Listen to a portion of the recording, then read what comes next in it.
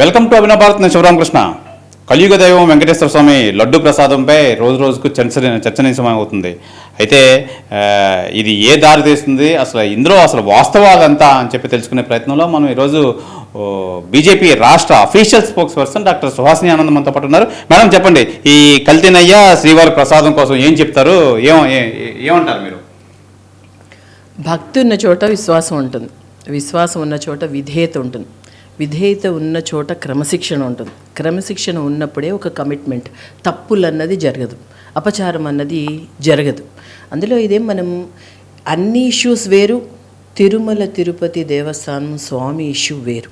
స్వామి విషయం ఆయనకి ఎందరో భక్తులు, కోట్లాది మంది భక్తులు దేశ విదేశాల నుంచి వస్తారు, డొనేషన్స్ ఇస్తారు. వాళ్ళ యొక్క విశ్వాసం ఎటువంటిదంటే అక్కడ లివింగ్ గాడ్ అంటే ప్రత్యక్ష దైవం అంటారు ఆయన్ని. అక్కడికి వచ్చి దర్శనం చేసుకుంటాం పాటు దర్శనం అయిన తర్వాత ప్రసాదాన్ని స్వీకరించిన తర్వాత వాళ్ళకు ఒక అభీష్టం నెరవేరిన తర్వాత చేసే ఇది ఒక మహత్తరమైన, it's an auspicious thing what we talk about.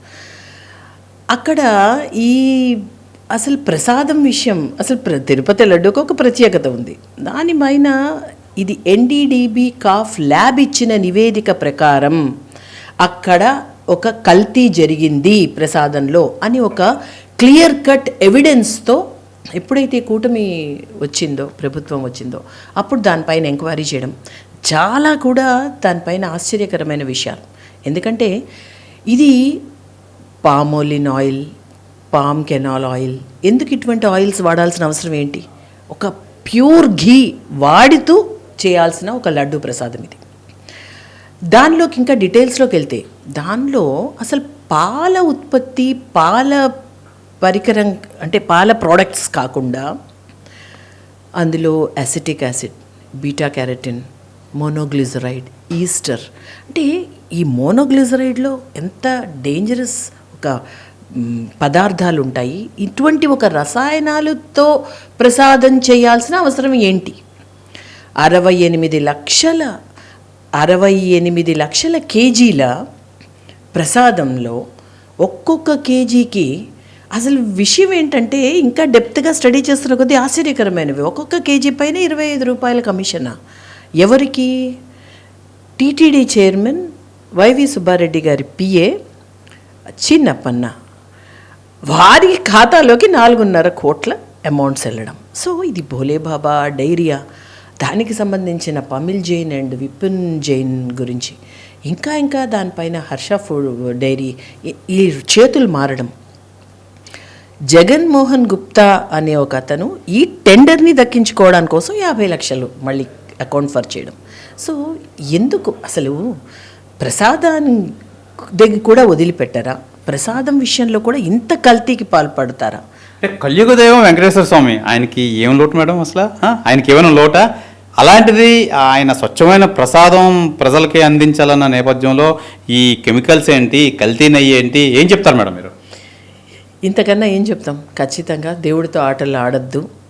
ఆ విషయం ఎవరి ఇన్వాల్వ్మెంట్ లేదు, ఎవరి ప్రమేయం లేదు. అయినా ఈ విషయం ఎలా బట్టబయలైంది, బయటకు వచ్చేసింది, బహిర్గతమైంది.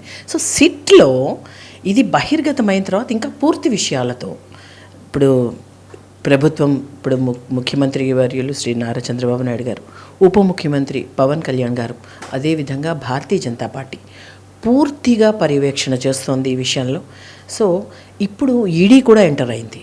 ఇదేం చిన్న విషయం కాదు. ఇది కొవ్వు లేదు అన్న విషయం కూడా, దాని రిపోర్ట్ కూడా నిన్న చూడడం జరిగింది. సో అందులో వారు టెస్ట్ చేసింది ఓన్లీ బీఫ్ కొవ్వు గురించి, అది ఒక్కటి, అది లేదు అని, బట్ మిగతా యానిమల్ ఫ్యాట్స్ ఉన్నాయి అని చెప్పి. సో ఇదంతా కూడా చిన్న రిపోర్ట్స్ ఆధారంగా వెళ్ళింది కాదండి. ఇది మనకి రీసెర్చ్ ఇన్స్టిట్యూట్ అంటే ఈ national dairy board research institute కూడా ఇచ్చిన నివేదిక ప్రకారం అండ్ ఎన్డీడీబీ ఇచ్చిన నివేదిక ప్రకారం మనం ముందుకు ప్రొసీడ్ అయ్యాము. ఖచ్చితంగా అందులో ప్యూర్ ఘీతో మాత్రమే ప్రసాదం చేయాలి. అందులో ఎందుకు అసలు ఆయిల్ మాత్రం ఎందుకు కలపాలి? ఆయిల్ కూడా 0.001% కూడా అసలు వేరే పదార్థం కలవాల్సిన అవసరం లేదు, పని లేదు.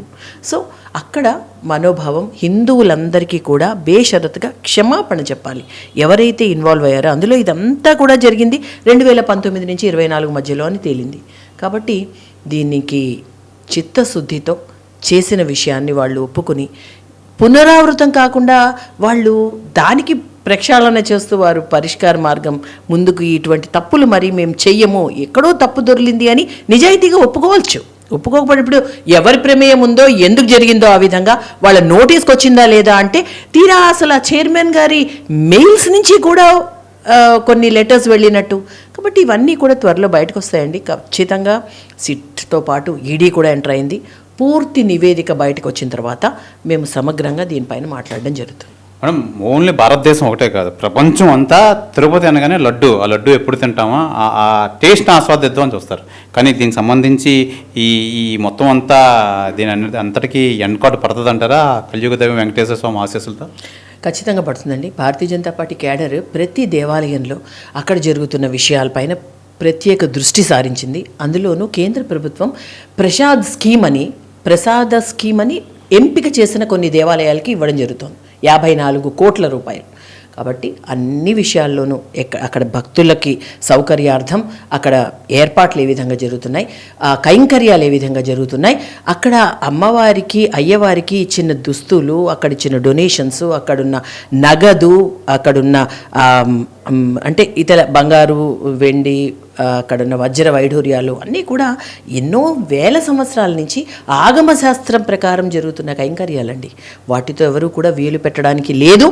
ఏ విషయం ఎలాంటిది వచ్చినా భగవంతుడు అక్కడ సాక్ష్యమే. భగవంతుడు ఈ విషయాలు బయటికి ఏ విధంగా రావాలో అన్ని విధాలు కూడా బయటికి తీసుకొచ్చి అసలు సిసలైన దోషి ఖచ్చితంగా దీనిలో పట్టుబడతాడు. ఇది కలియుగ దైవం వెంకటేశ్వర స్వామి ప్రసాదంపై రోజు రోజుకి అనేక వార్తలు వస్తున్న నేపథ్యంలో ప్రస్తుతానికైతే హాట్ టాపిక్గా మారుతుంది. అయితే సిట్ విచారణలో అనేక విషయాలు అయితే బయటకు పడుతున్నాయి. అతి తొందరలో ఆ స్వామివారు దీనికి ఎండ్ కార్డు వేస్తారో, కంపల్సరీగా ఎవరైతే దోషున్నారో వాళ్ళందరినీ పట్టుకొని తీరుతారని చెప్పి బీజేపీ రాష్ట్ర official spokes person doctor Suhasini Anand అయితే తెలియజేస్తున్నారు. కెమెరామెన్ రాఘవతో శివరామకృష్ణ, అభినవ్ భారత్, విశాఖపట్నం నుంచి.